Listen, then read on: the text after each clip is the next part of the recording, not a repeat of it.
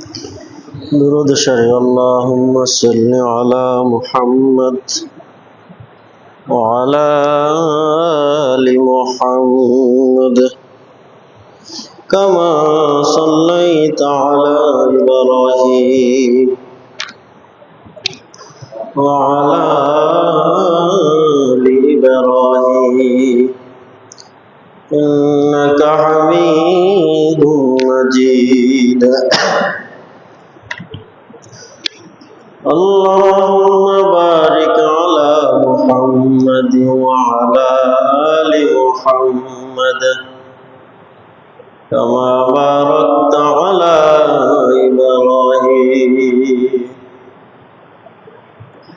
وعلى آل إبراهيم إنك حميد مجيد بلغ العلا بكماله كشف الدجى بجماله وصنت جميع خصاله صلوا عليه وآله محمد نے آکر کفر کو مٹھائی کفر کو مٹھا کر صداقت کو بتائی بلغ العلا بکمالہ کشف الدجى بجمالہ سنت جميع خصاله صلوا عليه وآله آمنت بالله سبحانك لا علم لنا إلا ما علمتنا إنك أنت العليم الحكيم وسبحانك لا فهم لنا إلا ما فهمتنا إنك أنت الجواد الكريم উপস্থিত মুআজ্জাজ সম্মানিত মুসল্লিয়ান কেরাম, আমরা সর্বপ্রথম সে মহান রব্বে আরশ কারীমের শুকরিয়া আদায় করব যে মহান রব্বে আরশ কারীম দীর্ঘ একটি সপ্তাহ পরে জুমার মসজিদে জুমার নামাজ আদায় করার জন্য আমাদেরকে সর্বাগ্যে সবার আগে নিয়ে এসেছেন। সেজন্য আল্লাহ সুবহানাহু ওয়া তাআলা শুকরিয়াকে আদায় করার লক্ষ্যে বিনয় অবনত হয়ে শ্রদ্ধাজনিত চিত্তে হৃদয়ের সবটুকুন আবেগ, অনুভূতি, ভালোবাসা, উচ্ছ্বাসকে উজাড় করে বলি আলহামদুলিল্লাহ। আল্লাহ সুবহানাহু ওয়া তাআলার অপার করুণা, স্নেহ, মায়া, ভালোবাসা, মহব্বত আছে বিদায় আমাদের মতো নালায়েক, নগণ্য, অদম, পাপিষ্ঠ গোলামদেরকে তাহার মহান গড়ে মহান বিধান পালন করার জন্য নিয়ে এসেছেন। আল্লাহ চাহেতু এই সংক্ষিপ্ত পরিসরে কুরবানি সম্পর্কে, ঈদুল আযহা সম্পর্কে, মনের কুরবানি সম্পর্কে কিঞ্চিত আলোকপাত করার তৌফিক পাব বিফাদলিল্লাহিল আযীম ওয়া বিমাশিয়াতিল্লাহ ওয়া বিইরাদাতিল্লাহ ওয়া মা তাওফীকি ইল্লা বিল্লাহ। আল্লাহ সুবহানাহু ওয়া তাআলা বলেন, ইন্না সলাতি ওয়া নুসুকি ওয়া মাহইয়ায়া ওয়া মামাতি লিল্লাহি রাব্বিল আলামিন। নিশ্চয় আমার নামাজ, আমার কুরবানি, আমার জীবন, আমার মরণ বিশ্বের প্রতিপালক আল্লাহ তাআলার জন্য।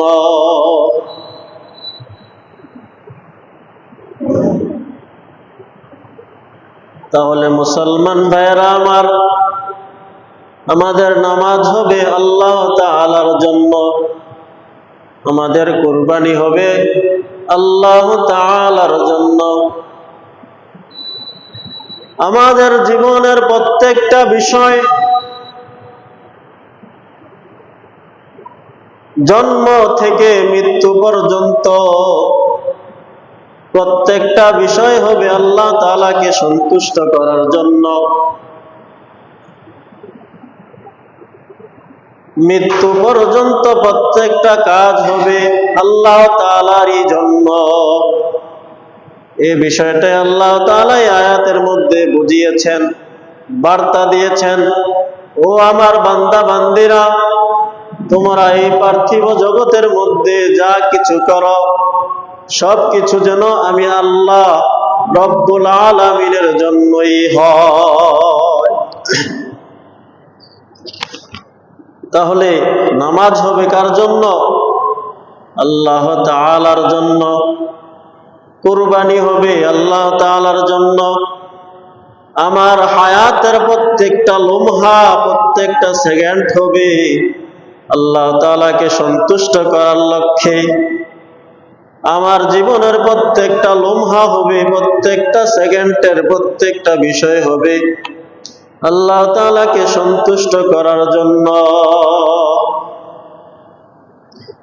এই কথাটাই আল্লাহ তাআলা আয়াতের মধ্যে বলেন, ইন্না সলাতি ওয়া নুসুকি ওয়া মাহইয়ায়া ওয়া মামাতি লিল্লাহি রাব্বিল আলামিন।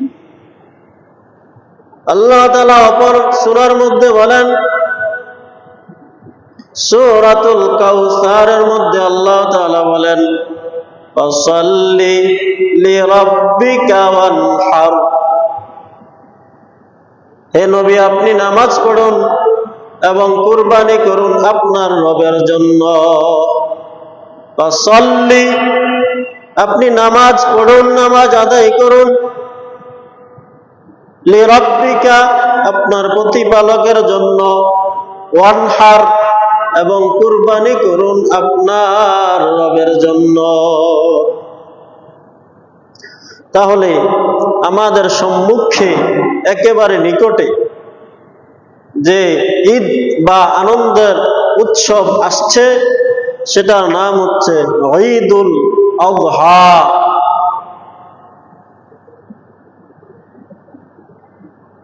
আল্লাহ সুবহানাহু ওয়া তাআলার হাবিব মদিনায় আগমন করলেন। ওয়ান আনাসিন রাদিয়াল্লাহু তাআলা আনহু আন্নাহু قال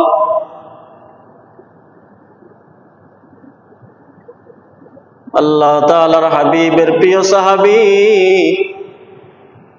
আনাস রাদিয়াল্লাহু তাআলা আনহু বর্ণনা করেন,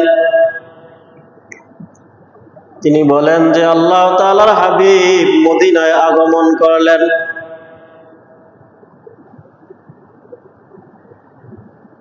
আল্লাহ সুবহানাহু ওয়া তাআলার হাবিব মদিনায় আগমন করলেন। সেখানে গিয়ে দেখলেন 2টা দিন আল্লাহ তাআলার হাবিব দেখলেন 2টা দিন সে 2 দিনে তারা আনন্দ ফুর্তি করে। ওহুমা, সেখানে দেখলেন 2টা দিন, ইয়ালআবুনা ফীহিমা, তারা সেই 2 দিনে আনন্দ ফুর্তি করে। সে আনন্দ ফুর্তির মধ্যে কি ছিল? সে আনন্দ ফুর্তির মধ্যে আমাদের মেলাগুলোর মধ্যে যা হয় তাই ছিল।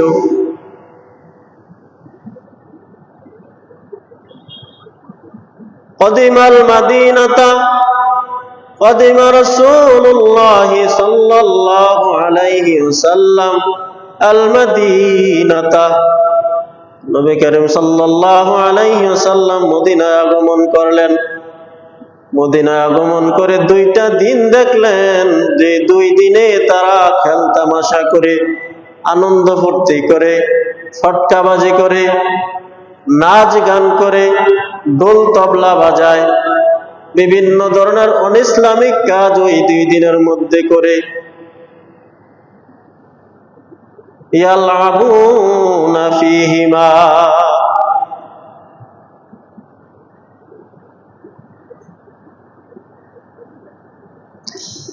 দুই দিন তারা আনন্দ ফুর্তিতে কাটায়।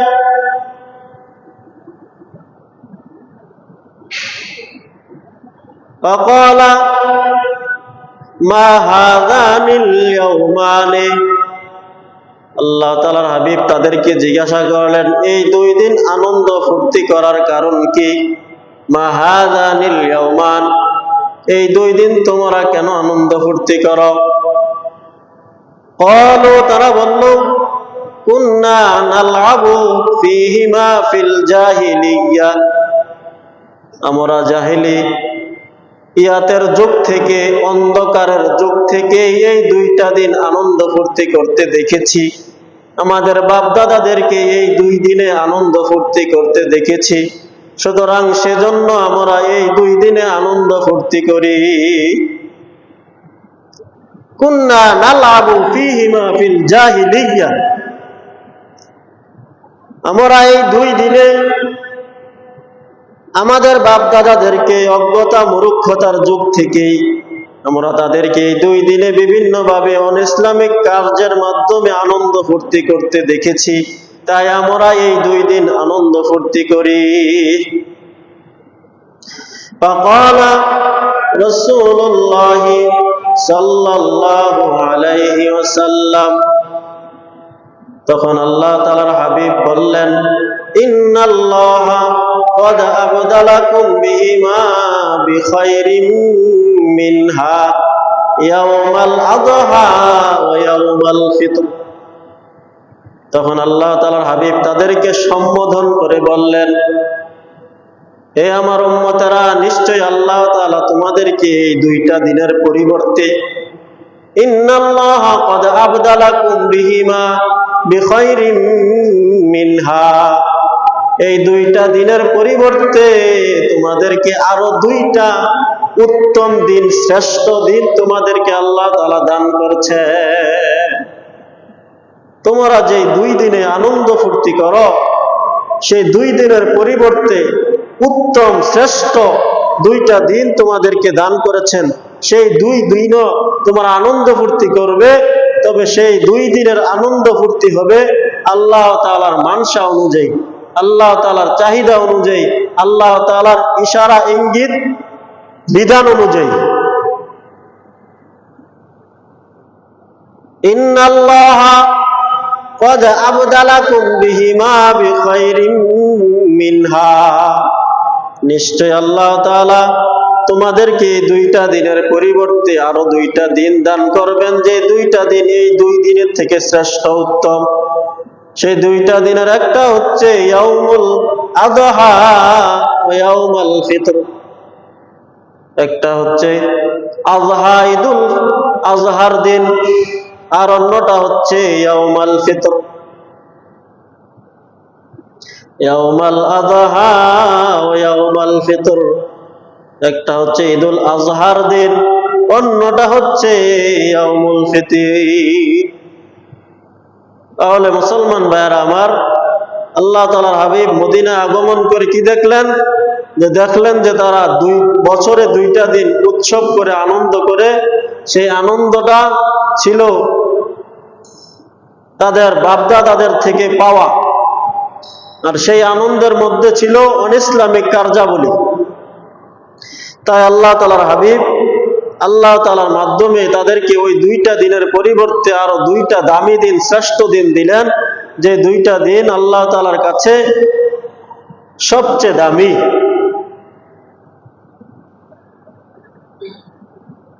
ইয়াউমুল আযহা, একটা হচ্ছে আজহার দিন, ও ইয়াউমুল ফিতর, দ্বিতীয়টা হচ্ছে ঈদুল ফিতর। সুতরাং হাদিসের মধ্যে ইয়াউমুল আযহাকে প্রথমে এনেছেন।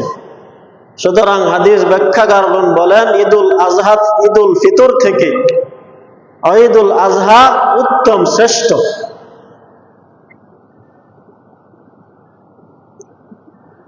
তাহলে মুসলমান ভাইয়েরা আমার, এই 2টা দিন আমাদেরকে আনন্দ করার জন্য দিয়েছেন, সে আনন্দটা হবে আল্লাহ তাআলার বিধান অনুযায়ী। তাহলে সেই আনন্দের মধ্যে আল্লাহ তাআলা আমাদেরকে ইবাদতে পরিবর্তন করে দিবেন। ইয়াউমুল আযহা, আযহা, দাহা এর শাব্দিক অর্থ হচ্ছে কুরবানির জন্তু। সেই দিন কুরবানির জন্তু জবে করা হয়, এই জন্য বলা হয় ইয়াউমুল আযহা, কুরবানির জন্তু জবে করার দিন।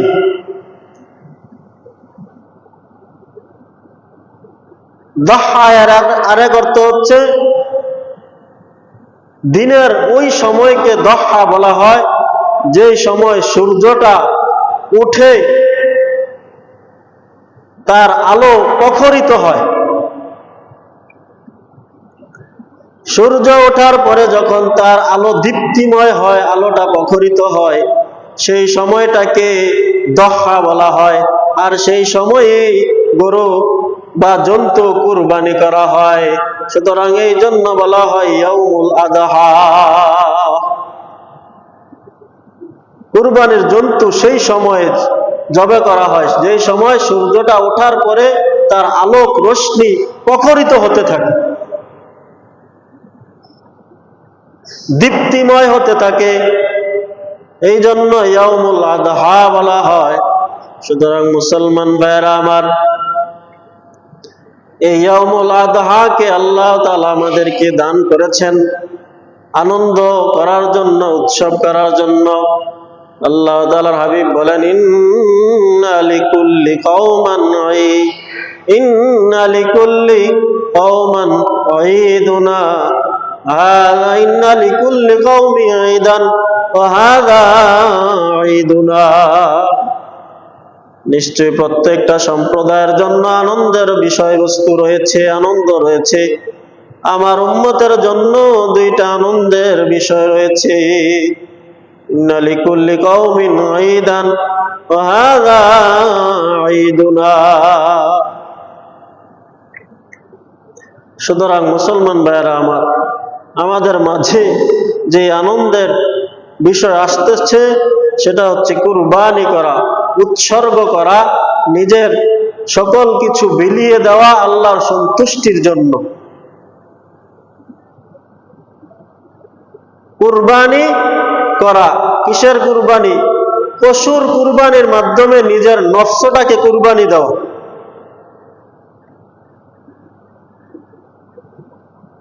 এখানে যদিও বাহ্যিকভাবে দেখা যায় পশু কুরবানি, এই পশু কুরবানি উদ্দেশ্য হচ্ছে নিজের নফসের পশুটাকে কুরবানি দেওয়া।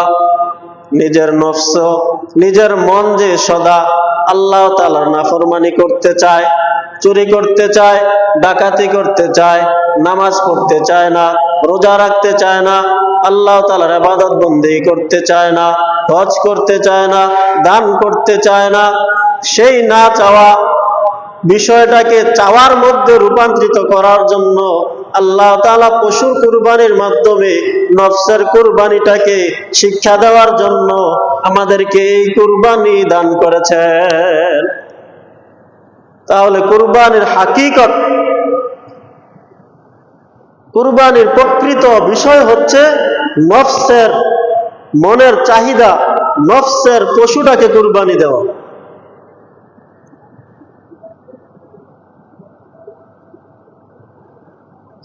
হজ করো, যাকাত ধরো, কুরবানি দাও ভাই। হজ করো, যাকাত ধরো, কুরবানি দাও ভাই। মনের কুরবানি দাও ভাই, ধনের কুরবানি দাও ভাই। কুরবানি দাও ভাই, কুরবানি দাও ভাই। মনের কুরবানি দাও ভাই, ধনের কুরবানি দাও ভাই। ইব্রাহিমে তার ছেলেকে দিতে পারে কুরবান, তোমরা কেন পারবে না হয় ধন করিতে দান। ইব্রাহিমে তার ছেলেকে দিতে পারে কুরবান, তোমরা কেন পারবে না হয় ধন করিতে দান। রক্ত চাই না, মাংস চাই না, মনটা তোমার চাই।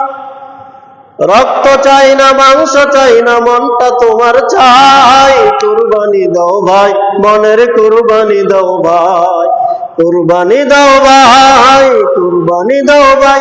ধনের কুরবানি দাও ভাই, মনের কুরবানি দাও ভাই। তাহলে মুসলমান ভাইয়েরা আমার, এই নফসের কুরবানি চাচ্ছেন আল্লাহ তাআলা, টাকার কুরবানি চাচ্ছেন না। এই পশু কুরবানির মাধ্যমে নফসের কুরবানিটাই আল্লাহ তাআলার কাছে লক্ষ্য এবং উদ্দেশ্য।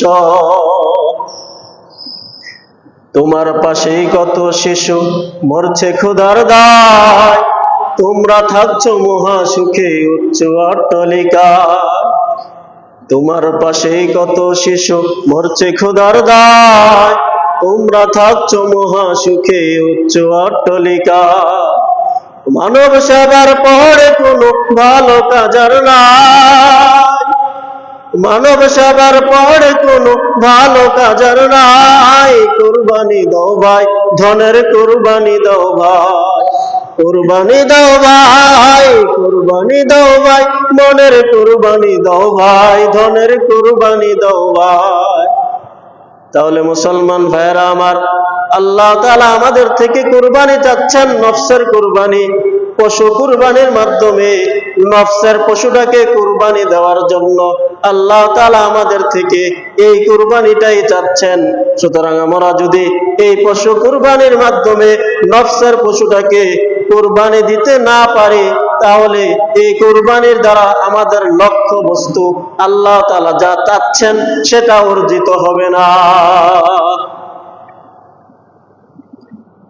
তাহলে আমরা এই 4 জুমা থেকে যেই আলোচনাটা কুরবানির বিষয়বস্তু নিয়ে আলোচনা করতেছি, সেই 4 জুমার মৌলিক হাকিকত, বস্তু, মূল রহস্য, মর্মার্থ হচ্ছে এই নফসটাকে কুরবানি দেওয়া। নফসের যত চাহিদা আছে সব চাহিদা আল্লাহ তাআলার বিধান অনুযায়ী হওয়া। নফস চাবে গান শোনার জন্য, নফসের বিরুদ্ধে কাজ করতে হবে, গান শোনা যাবে না। নফস চাবে আরাম ভাবে ভালো ভালো ভালো জিনিস খাওয়ার জন্য, নফসকে এখানে কুরবানি দিতে হবে, দাবিয়ে রাখতে হবে। না, নফস তোমার কথা অনুযায়ী আমি হারাম কাজে যদি, হারাম পথে যদি টাকা উপার্জন করি ভালো খেতে পারবো, কিন্তু আল্লাহ তাআলার বিধানে এটা নাই। তাহলে মুসলমান ভাইরা আমার,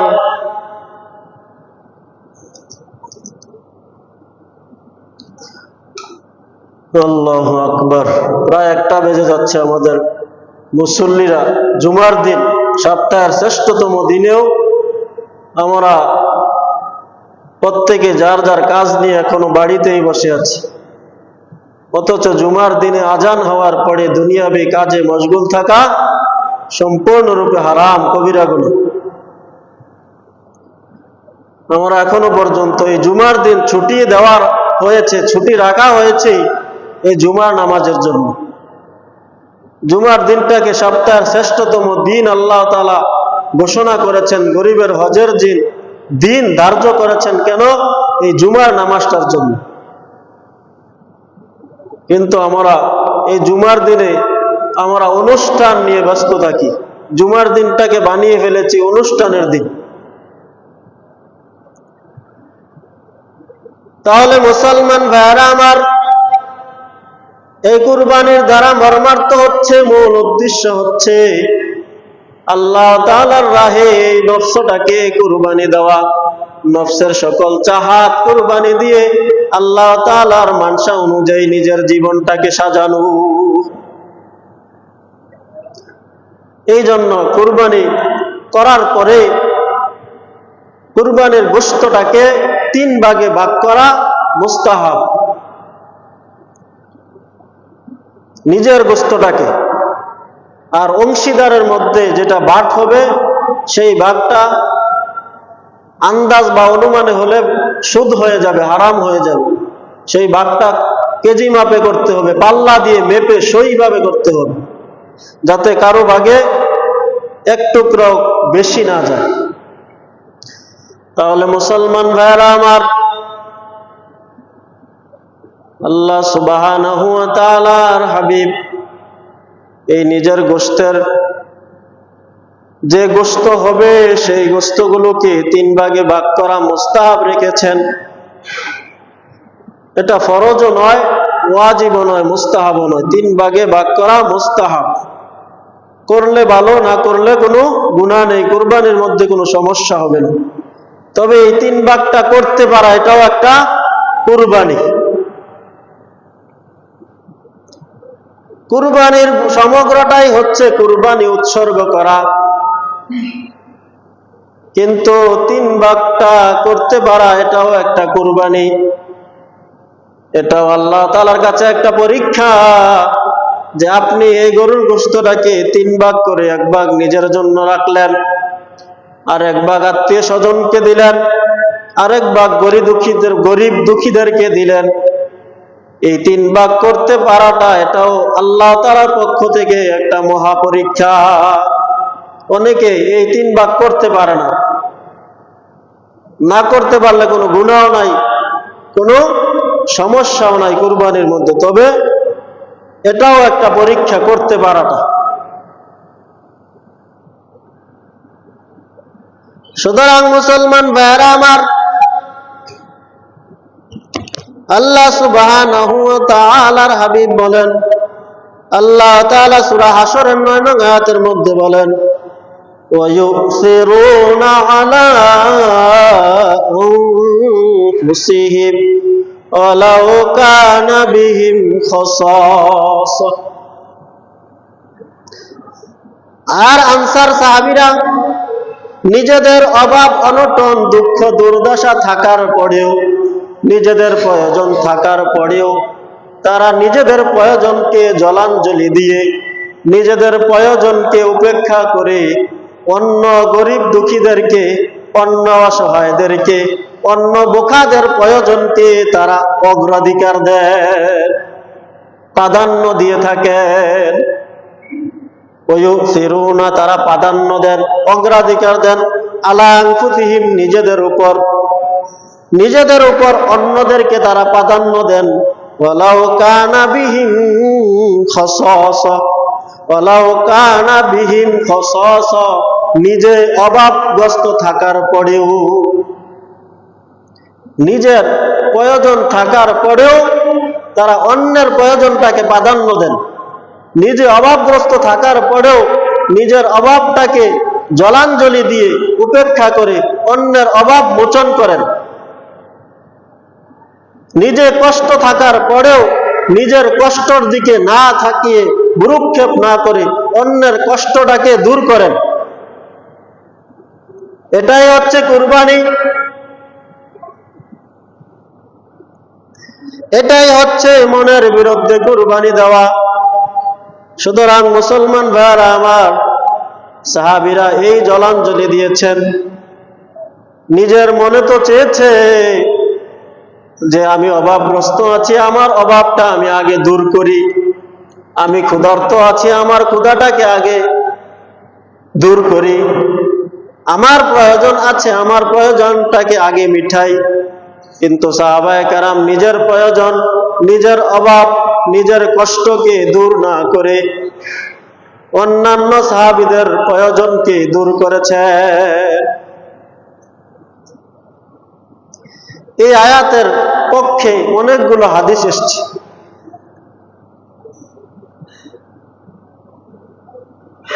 আমরা যে কুরবানি দেই, সুতরাং এই কুরবানির মধ্যে একটা অংশ গরিব দুঃখীদেরকে দিতে পারা এই সাহাবীদের একটা আমল। সুতরাং আল্লাহ সুবহানাহু ওয়া তাআলা বলেন, আল্লাহ তাআলার হাবিব এই হাদিসের পক্ষে অনেকগুলো হাদিস এনেছেন। এই আয়াতের পক্ষে আল্লাহ তাআলার হাবিব একবার বসে আছেন, একজন ব্যক্তি, আজনবী একজন ব্যক্তি, জৈনক একজন ব্যক্তি আল্লাহ তাআলার হাবিবের কাছে ক্ষুধার্ত অবস্থায় আসলেন, ক্ষুধা নিয়ে আসলেন, প্রচন্ড ক্ষুধা। তিনি এসে বললেন, ইয়া রাসূলুল্লাহ, ইয়া হাবিবাল্লাহ, আমি প্রচন্ড ক্ষুধার্ত, আমাকে খাবারের কিছু থাকলে আপনি দিন, যাতে করে আমার ক্ষুধার্ত অবস্থাটাকে দূর করতে পারি।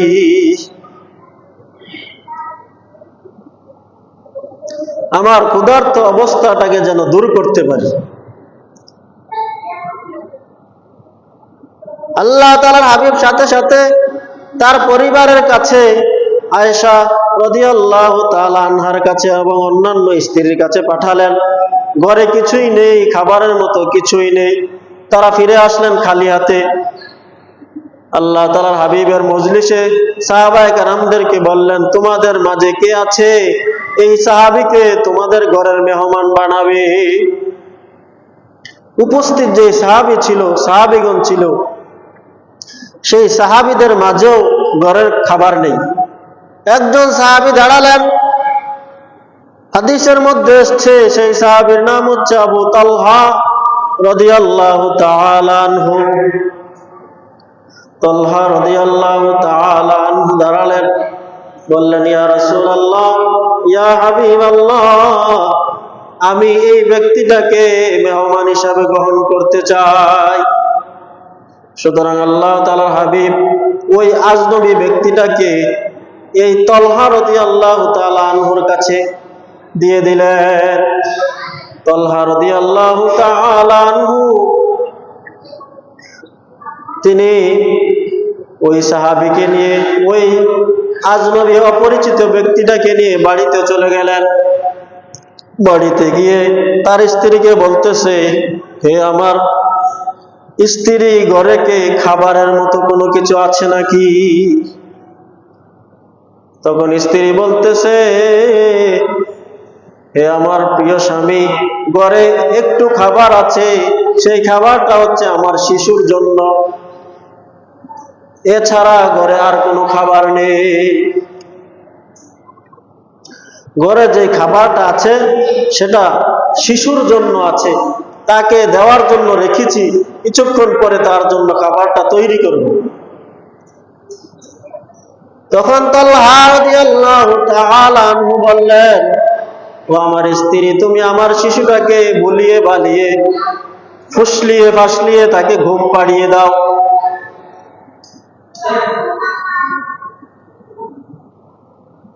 ফুসলিয়ে তখন তার স্ত্রী শিশুটাকে ঘুম পাড়িয়ে দিলেন। আর স্ত্রীকে বললেন, ও আমার স্ত্রী, যখন তাকে খাবার দিবে তখন তুমি চারাক বা বাতিটাকে ঠিক করার অজুহাতে মুখ দিয়ে বাতাস দিয়ে বন্ধ করে দিবে। ঠিক করার অজুহাতে তুমি বাতিটার আলোকে বন্ধ করে দিবে, আর আমরা তার সাথে খাবারের অভিনয় করব। আমরা এমন ভাবে একটা অবস্থা তৈরি করব যে মনে হয় যেন আমরাও তার সাথে খাবার খাচ্ছি। সুতরাং শিশুর খাবারটা তৈরি করে মেহমানের সামনে দিলেন।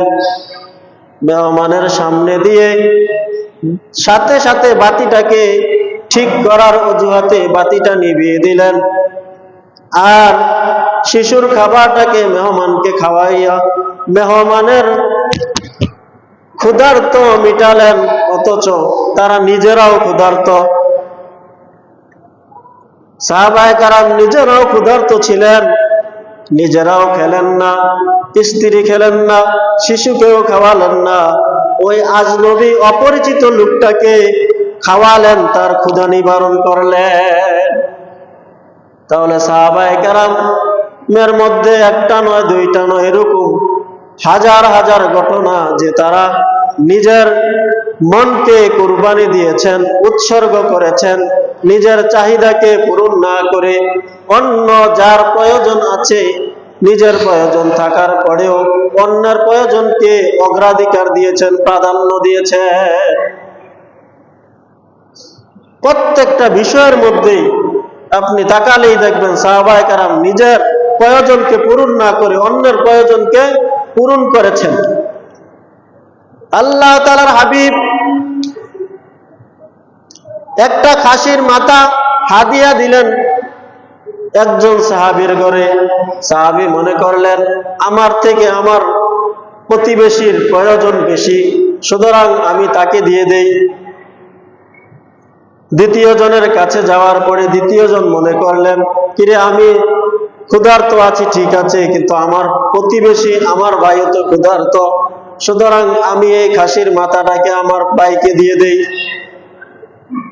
নিজের প্রয়োজনের দিকে তাকান নাই, নিজের ক্ষুধার দিকে তাকান নাই।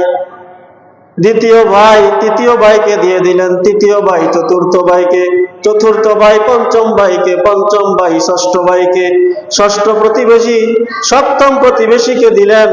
কেউ এরকম ভাবে প্রত্যেকেই মনে করলেন আমার থেকে আমার ভাইয়ের প্রয়োজন বেশি, সুতরাং আমি খাবো, আমার ভাই খাবে না, এটা হয় না, এটা মনে করিয়া তারা অন্যজনকে দিয়ে দিলেন। ঘুরতে ঘুরতে প্রথম ব্যক্তির ঘরে আবার ওই মাথা, আল্লাহ তাআলার হাবিব যেই মাথা হাদিয়া দিলেন সেই মাথা সপ্তম ব্যক্তির ঘর হয়ে প্রথম ব্যক্তির ঘরে আবার চলে আসলো। এই ছিল সাহাবায়ে কেরামের বদান্যতা, এই ছিল সাহাবায়ে কেরামের কুরবানি, এই ছিল সাহাবায়ে কেরামের উৎসর্গতা, এই ছিল সাহাবায়ে কেরাম নিজের প্রয়োজন থাকার পরেও অন্যকে প্রাধান্য দেওয়া। মুহাজির সাহাবীরা যখন হিজরত করে মদিনায় গেলেন, মদিনায় যাওয়ার পরে আল্লাহ তাআলার হাবিবের কাছে প্রস্তাব দিলেন সাহাবায়ে কেরাম। আনসারী সাহাবায়ে কেরাম বললেন ইয়া রাসূলুল্লাহ, ইয়া হাবিবাল্লাহ, আপনি যদি নির্দেশ দেন তাহলে আমার দুইজন স্ত্রী আছে, একজনকে তালাক দিয়ে আমার মুহাজির ভাইদেরকে বিবাহ দিয়ে দেই। আমার 10 বিঘা জায়গা আছে, 5 বিঘা জায়গা আমার ভাইকে দিয়ে দেই। এই ছিল সাহাবায়ে কেরামের বদান্যতা। ইয়ারমুকের যুদ্ধের ঘটনা আপনারা অনেকেই জানেন। একজন সাহাবী রাদিয়াল্লাহু তাআলা আনহু তিনি মনে করলেন আমার ভাই যুদ্ধের ময়দানে গেছে, সুতরাং যুদ্ধের ময়দানে আমি যাই। যাওয়ার পথে 1 কলস পানি নিলেন। পানি নিয়ে তিনি মনে করলেন হয়তো যুদ্ধের ময়দানে আমার কোনো ভাই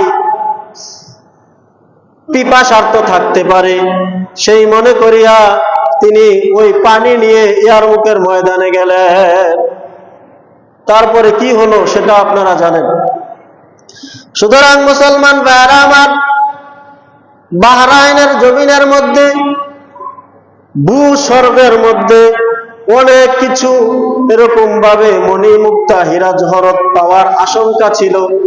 তখন আল্লাহ তাআলার হাবিব বললেন ও আমার সাহাবীরা, আনসার সাহাবীরা, তোমরা তো মুহাজিরদের জন্য অনেক কিছু করেছ, সুতরাং আমি চাই যে বাহরাইনের যত সম্পদ পাবো সব সম্পদগুলো আমি তোমাদেরকে দিয়ে দেব। তখন আনসার সাহাবীরা বললেন না না ইয়া রাসূলুল্লাহ, ইয়া হাবিবাল্লাহ, আমরা সব সম্পদ চাই না, আমাদেরকে যতটুকু দিবেন আমাদের ভাইদেরকেও ততটুকু দিবেন। সুতরাং মুসলমান ভাইরা আমার, এই কথাটাই আল্লাহ তাআলা আয়াতের মধ্যে সূরা হাশরের 9 নং আয়াতের মধ্যে বলেন ওয়ায়ুসিরুনা আলা আনফুসিহিম ওয়ালাউ কানা বিহিম খাসাসা।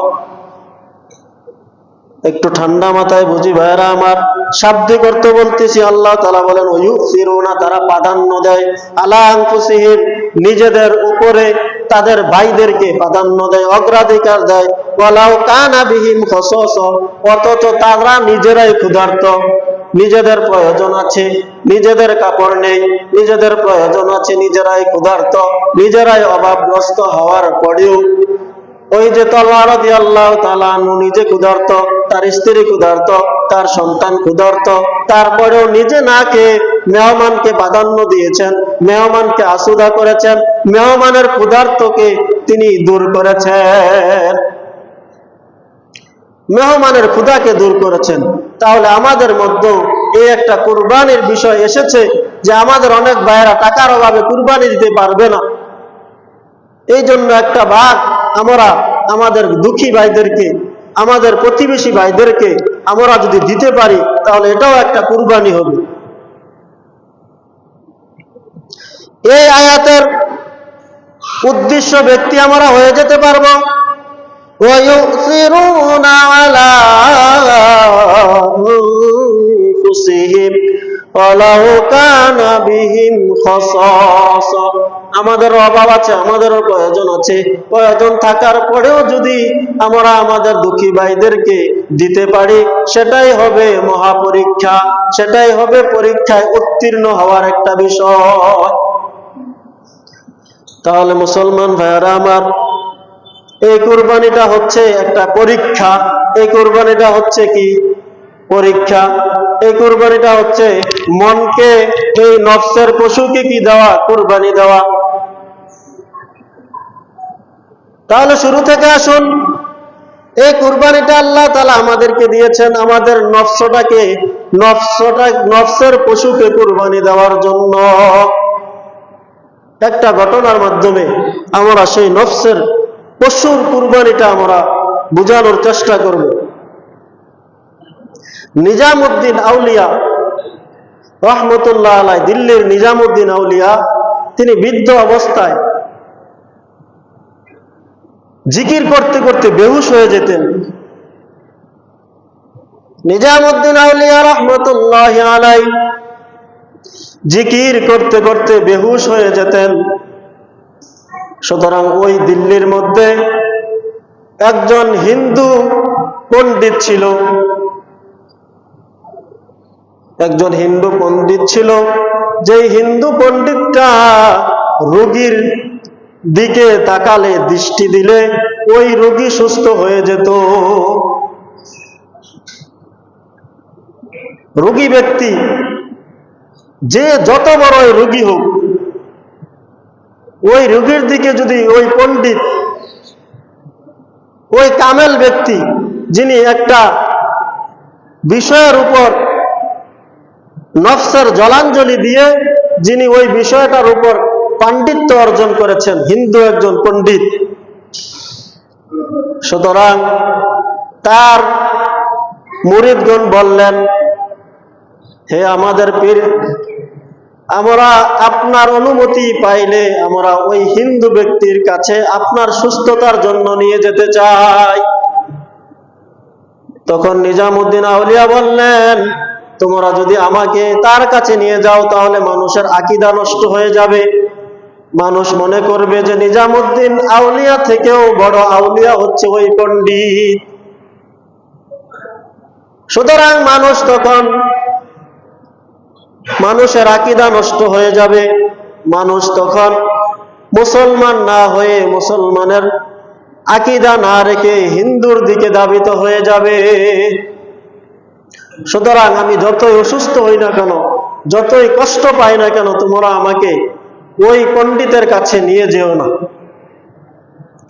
সুতরাং নিজামউদ্দিন আউলিয়া রহমতুল্লাহ আলাইহি এরকম ভাবে দৈনন্দিন প্রত্যেকবার অনেকবার বেহুশ হয়ে যান, তিনি কষ্ট পান, তারপরেও জিকির ছাড়েন না, অনেক কষ্টে দিনাতিপাত করেন, কিন্তু তার মুরিদদের কথা তিনি রাখেন না। তিনি বলেন, না, ওই দিকে যাওয়া যাবে না, সে হচ্ছে বিধর্মী।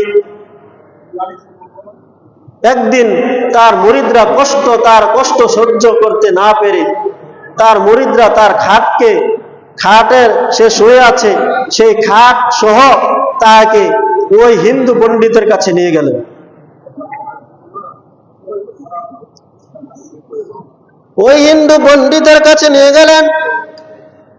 পণ্ডিত সাথে সাথে আসলেন, এসে দেখলেন নিজামউদ্দিন আউলিয়া নিজামুদ্দিন আউলিয়াকে দেখে তিনি তার নজর নিজামুদ্দিন আউলিয়ার দিকে দিলেন। তার নজরটা নিজামুদ্দিন আউলিয়ার দিকে দেওয়ার সাথে সাথে নিজামুদ্দিন আউলিয়া রহমতুল্লাহ আলাইহি পরিপূর্ণ সুস্থ হয়ে গেলেন, পরিপূর্ণ সুস্থ হয়ে গেলেন। তখন নিজামুদ্দিন আউলিয়া রহমতুল্লাহ আলাইহি বলেন, হে পণ্ডিত, তুমি কোন বিষয়ের উপর মেহনত করেছ, যে বিষয়ের কারণে আল্লাহ তাআলা তোমাকে এত বড় একটা নিয়ামত দান করেছেন যে তুমি যার দিকে তাকাও সে পরিপূর্ণ সুস্থ হয়ে যায়? কোন বিষয়ের উপর তুমি এরকম ভাবে এত মেহনত করেছ? তখন সেই হিন্দু ব্যক্তি বলতেছে যে আমি তো কোনোদিন এই বিষয়টা কারো কাছে ব্যক্ত করি নাই, এই গোপন রহস্য কারো কাছে বলি নাই। সুতরাং আপনি একজন আল্লাহ তাআলার ওলি, আল্লাহর প্রিয় খাস বান্দা, আপনি একজন আল্লাহ তাআলার বন্ধু, সুতরাং আপনি জানতে চেয়েছেন, আপনাকে না বলে পারি না, আপনার কাছে এই গোপন রহস্য না বলে পারতেছি না।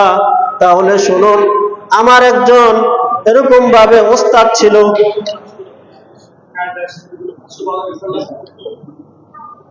আমার একজন ওস্তাদ ছিল। সেই ওস্তাদ আমাকে একটা আমল দিয়েছেন। সেই আমলটা হচ্ছে যে তুমি তোমার মনের চাহিদা অনুযায়ী কোনো কিছু করবা না, তোমার মন যা চায় তা অনুযায়ী কোনো কিছু করবা না, তোমার মন যা চাবে না সেটাই তুমি করবা। তোমার মন যা চায় সেই মনের সাথে সাড়া দিয়ে সেই কাজটা করবে না, তোমার মন যা না চাইবে সেটাই তুমি করবা। সুতরাং আমি আমার ওই সময় থেকে এই পর্যন্ত আমি আমার মনের বিরুদ্ধে কাজ করি, মন যা চায় সে অনুযায়ী আমি কাজ করি না। তাহলে মন চাইবে বেগানান মহিলার দিকে তাকানোর জন্য আমি তাকাই নাই, মন চাইবে হারাম টাকা উপার্জন করে কোটিপতি হওয়ার জন্য, দেশ কি দেশের মালিক হওয়ার জন্য আমি মনের চাহিদা অনুযায়ী করি নাই। মন চাইবে নামাজ না পড়ার জন্য, সাপোজ দেখাইলাম সে তো হিন্দু মানুষ, নামাজ পড়ে না, সুতরাং আমি মনের যা চায় তা অনুযায়ী আমি করি নাই, মন যা না চায় সেই অনুযায়ী আমি আমার জীবনটাকে সাজিয়েছি। এই কারণে আল্লাহ তাআলা আমাকে, আল্লাহ তাআলার এত বড় একটা নিয়ামত আল্লাহ তাআলা আমাকে দান করেছে। সুতরাং নিজামুদ্দিন আউলিয়া রহমতুল্লাহ আলাইহি মনে করলেন যে সে আমাকে অনেক বড় একটা উপকার করেছে, আমার বড় একটা দয়া করেছে, আহসান করেছে। আমি আল্লাহ তাআলার একজন খাস বান্দা হয়ে তার কোনো দয়া বা অনুগ্রহ করতে পারি না, এটা তো হয় না। সুতরাং আমিও তার একটা দয়া বা অনুগ্রহ করতে চাই। কেন আল্লাহ তাআলা বলেছেন, হাল জাযাউল ইহসানি ইল্লাল ইহসান। অনুগ্রহের বিনিময়ে অনুগ্রহই দান করো। হাল জাযাউল ইহসান, ইহসানের প্রতিদান ইহসানই হয়, অনুগ্রহের বিনিময় অনুগ্রহই হয়। সুতরাং সে আমাকে একটা অনুগ্রহ করেছে, আমিও তাকে একটা অনুগ্রহ করতে চাই। সুতরাং নিজামুদ্দিন আউলিয়া বললেন, হে পণ্ডিত, তুমি তো জীবনে কোনোদিন তোমার মন যা চায় তা অনুযায়ী করো নাই, তোমার মন যা চায় না সেই অনুযায়ী কাজ করেছ। সুতরাং তোমার মন কি চায় তুমি মুসলমান হতে? তোমার মন কি এটা চায়? তোমার মন কি চায় যে তুমি ইসলাম ধর্ম গ্রহণ করো? তখন সে চুপ হয়ে রইল।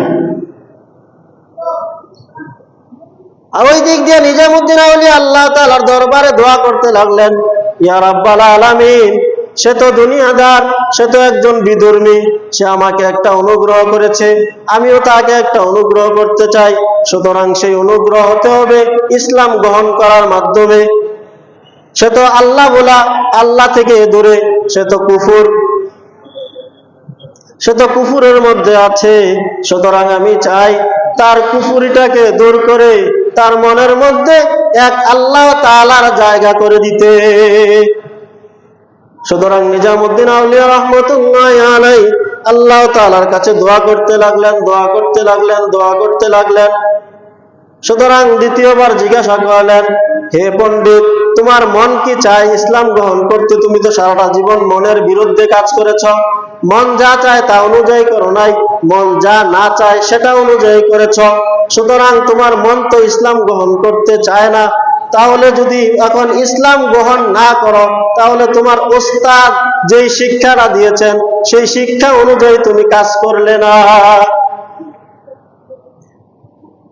তখন সে সাথে সাথে বলল, হে নিজামুদ্দিন আউলিয়া, আপনি আমাকে আল্লাহ তাআলার পথে রেখেছেন, সুতরাং আমি সারাটা জীবন মন যা চায় তা অনুযায়ী করি নাই, তার বিরোধিতা করেছি। আমার মন চায় না মুসলমান হতে, সুতরাং আমি এখন বিরোধিতা করে ইসলাম ধর্ম গ্রহণ করব। সুতরাং আপনি আমাকে কালিমাতু শাহাদা পড়িয়ে দিন, আশহাদু আল্লা ইলাহা ইল্লাল্লাহু ওয়াহদাহু লা শারীকা লাহু ওয়া আশহাদু আন্না মুহাম্মাদান আবদুহু ওয়া রাসূলুহু। সুতরাং সে মনের বিরোধিতা করে সে ইসলাম ধর্ম গ্রহণ করে চিরকালের জন্য কামিয়াব এবং সফল হয়ে গেলেন। সুতরাং আমাদেরকেও এই কুরবানির মাধ্যমে আল্লাহ তাআলা আমাদের মনের পশুত্বকে কুরবানি দিয়ে মন যা চায় তা অনুযায়ী না করে মন যা না চায় তা অনুযায়ী করার জন্য আল্লাহ তাআলা আমাদেরকে এই কুরবানি নামক ইবাদতটাকে দান করেছেন। সুতরাং এই জন্য মুসলমান ভাইরা আমার মন দুনিয়ার সব কিছু চায়। এই জন্য আল্লাহ তাআলার হাবিব বলেন, হুব্বুদ দুনিয়া রাসু কুল্লি খাতিআ, দুনিয়ার মহব্বত হচ্ছে সমগ্র গুনাহের মূল। সুতরাং দুনিয়ার সব কিছু আমার অন্তরের মধ্যে মহব্বতে ঢুকে আছে। সেই অন্তরটাকে দুনিয়ার মহব্বত থেকে খালি করে এক আল্লাহর মহব্বত, ইশক এবং মারিফাতের সাগরের মধ্যে আমাকে ডুব দিতে হবে। উজানির পীর সাহেব রহমতুল্লাহি আলাইহি বলেন, সেই জায়গায় ডুব দাও যেই জায়গায় পানি নাই, সেই জায়গায় ডুব দিয়ে মরো যেই জায়গায় পানি নাই। অর্থাৎ আল্লাহ তাআলার ইশক এবং মারিফাতের জায়গার মধ্যে কোনো পানি নাই, সেখানে হচ্ছে আল্লাহ তাআলার মহব্বত। সেই আল্লাহ তাআলার ইশক এবং মহব্বতের দরিয়ার মধ্যে যে ডুব দিতে পেরেছে, সেই ডুব দিবে দুনিয়ার মধ্যে, আর সে উঠবে গিয়ে আল্লাহ তাআলার জান্নাতে। সেজন্য মুসলমান ভাইরা আমার, আল্লাহ তাআলা কুরবানির মাধ্যমে আমাদের নফসটাকে, নফসের পশুত্বকে কুরবানি দেওয়ার জন্য আমাদেরকে কুরবানির ইবাদত দিয়েছেন। এই জন্য মন চাহি জিন্দিগি নয়, নফস চাহি জিন্দিগি নয়, রব চাহি জিন্দিগি যদি আমরা গঠন করতে পারি তাহলে আমরা সফল কাম হব। এই জন্য আল্লাহ তাআলা আমাদের এই কুরবানি থেকে আমাদের নফসটাকে রব চাহি নফস, রব চাহি জিন্দিগি বানাবার তৌফিক দান করুন, সকলে বলে আমিন। মুসলমান ভাইরা আমার, আজকের জুমায় আল্লাহ তাআলার ঘরে কে আছেন? প্রত্যেক জুমায় দান করেন। মরহুম আব্দুল বাসেদের মেয়ে, তার জন্য দোয়া চাইয়া 500 টাকা দান করছে। মরহুম আব্দুল বাসেদের মেয়ে, তার জন্য দোয়া চেয়ে 500 টাকা আল্লাহ তাআলার ঘরে দান করেছেন। আল্লাহ তাআলা এই দানকে কবুল আর মঞ্জুর করুক, সকলে বলে আমিন। আমাদের 11 রোডের ইবনতালির বউ খুবই অসুস্থ, হাসপাতাল আছে, দোয়াতে 1500 টাকা দান করছে। আমাদের ইবনতালি ইবনু ভাইয়ার পরিবার অনেকদিন ধরে হসপিটালে আছে, খুবই অসুস্থ। আমরা প্রত্যেক নামাজের পরে দোয়া করতেছি। সে 1500 টাকা নগদ দান করলেন, তার স্ত্রীকে পরিপূর্ণ শাফায়ে আজলা দায়েমা তাম্মা নসিব করেন আমিন। আমাদের সিরাজ ভাই খুবই অসুস্থ,